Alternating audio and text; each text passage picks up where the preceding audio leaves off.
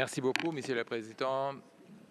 Distinguished delegates, recent weeks have seen intense activity around a possible ceasefire in Ukraine, which would be very welcome. The discussions and reported commitments on freedom of navigation on the Black Sea announced this week will be an important step for global food security. And yet, in parallel with these talks, fighting in Ukraine has intensified and is killing and injuring even more civilians. Casualty figures in the first 3 months of this year were 30% higher than the same period last year. My office verified that 413 civilians have been killed and more than 2,000 injured since the beginning of the year. More than 30 civilians were killed and 200 injured in just 1 week during March, and the actual number is likely higher. In one recent attack on 7 March, Russian armed forces attacked the town of Dobropilya with a ballistic missile, cluster munitions and drones. My office visited the site and verified at least 11 civilians killed and 48 injured. Since the full-scale Russian invasion of Ukraine in 2022, our office has verified that more than 12,700 civilians have been killed and more than 30,000 have been injured. Again, the actual figures are almost certainly much higher. Every single one of those deaths is a tragedy. A life cut short, a grieving family, a lost future. I will never forget the Ukrainians I met as we sheltered together from Russian bombardment when I visited Kyiv 2 years ago, or the woman who showed me her apartment block, which had been reduced to rubble. The vast majority of civilian casualties in this war are Ukrainians killed and injured by Russian forces. 3 years into the war, the Russian Federation continues to use powerful explosive weapons in populated areas, despite unacceptably high levels of civilian casualties running counter to international humanitarian law. Russia's long-range missiles, drones and aerial glide bombs were responsible for 40% of casualties this year. I'm alarmed by the increasing use of short-range combat drones by both parties to the conflict. These new devices have killed and injured more civilians than any other weapon since December. I'm also concerned by the killing of civilians in Russian-occupied territory of Ukraine. 6 people, including 3 journalists, were reportedly killed by a Ukrainian rocket strike in Luhansk region earlier this week.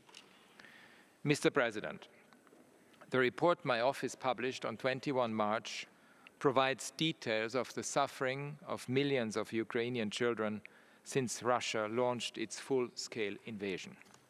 My office verified that between the beginning of the full-scale invasion and the end of 2024, some 669 Ukrainian children were killed and 1,833 injured. Again, the actual numbers are likely much higher. Beyond death, life-changing injuries and psychological trauma, the conflict has disrupted education and healthcare for children on a massive scale, forced more than 2.4 million children from their homes, separated children from their parents, and undermined their rights to health, housing, education, family life, and an adequate standard of living. Landmines and explosive remnants of war pose long-term risks to children's lives and safety. In Russian-occupied territory of Ukraine, the report provides disturbing details of children facing serious violence, including summary executions. My office verified that 5 boys and 2 girls were summarily executed in 2022 and 2023. Children were also subjected to arbitrary detention, torture, and ill treatment, including sexual violence. My office has documented that at least 200 children have been transferred within Russian-occupied territory or to the Russian Federation. Schools in occupied territory teach the Russian curriculum in the Russian language, and children are not allowed to speak Ukrainian.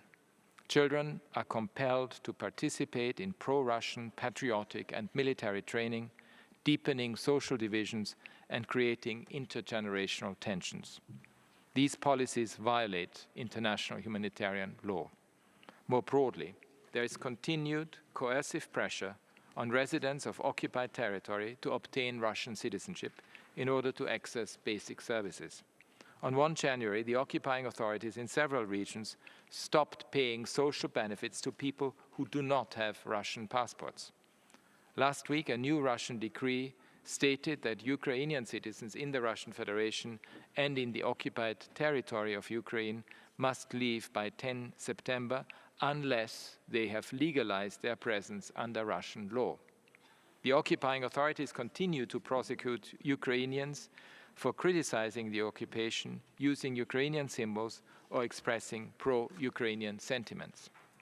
I'm also appalled by the crackdown and repression against those opposing the war within the Russian Federation itself. Thousands of anti-war protesters have been prosecuted under new laws that criminalize criticism of the war.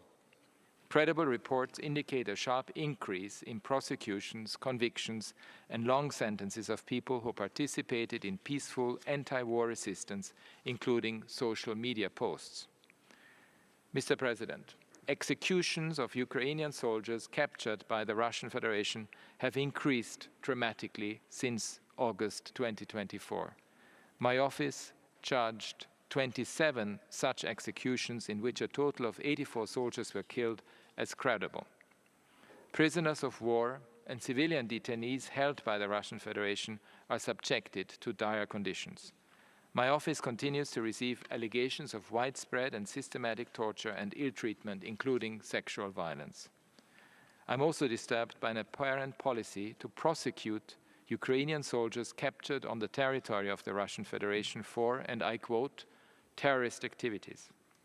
My office has recorded dozens of such convictions in which Ukrainian prisoners have been sentenced to 15 to 17 years in prison. I'm deeply concerned by the atmosphere of impunity and dehumanization that prevails over the widespread violations I have described. Under international law, prisoners of war must not be tortured, executed, or prosecuted merely for taking part in hostilities, no matter who they are or where they fought. Mr. President, while the war continues to rage, I call again for an end to attacks on civilians and to the use of explosive weapons in populated areas. All precautions must be taken to avoid harm to civilians. Summary executions and the torture and mistreatment of prisoners of war must end. I call on the Russian Federation to respect the human rights of people in areas under its occupation. And I urge the international community to use its influence to ensure full respect to international human rights and humanitarian law. Mr. President, limited ceasefires that protect shipping lanes and infrastructure are a welcome step forward. What is most needed now is an end to the horrific suffering being inflicted daily in Ukraine. Peace, in line with General Assembly resolutions, the United Nations Charter, and international law, is more urgent than ever. It must be anchored in human rights. Peace based on human rights means the meaningful participation of women and young people in peace processes. It means the return of all prisoners of war, the release of civilians detained arbitrarily, including those in Russia who oppose the war, and the return of children transferred by the Russian Federation. It means an end to discrimination based on nationality or language. It means full respect for freedom of expression, language, culture, and religion. It means people are able to move freely again across all parts of Ukraine and to get on with their lives wherever they want to live. House, land, and property rights need to be restored.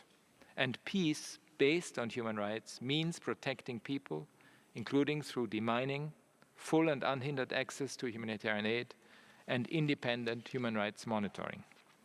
We know from experience that truth-telling, transitional justice, and accountability are essential to sustainable peace. Mr. President, my office has been in Ukraine since 2014, documenting, monitoring, and reporting on human rights violations. We remain at the disposal of both parties and the international community to keep human rights and the Ukrainian people at the center of all discussions around peace. Thank you very much.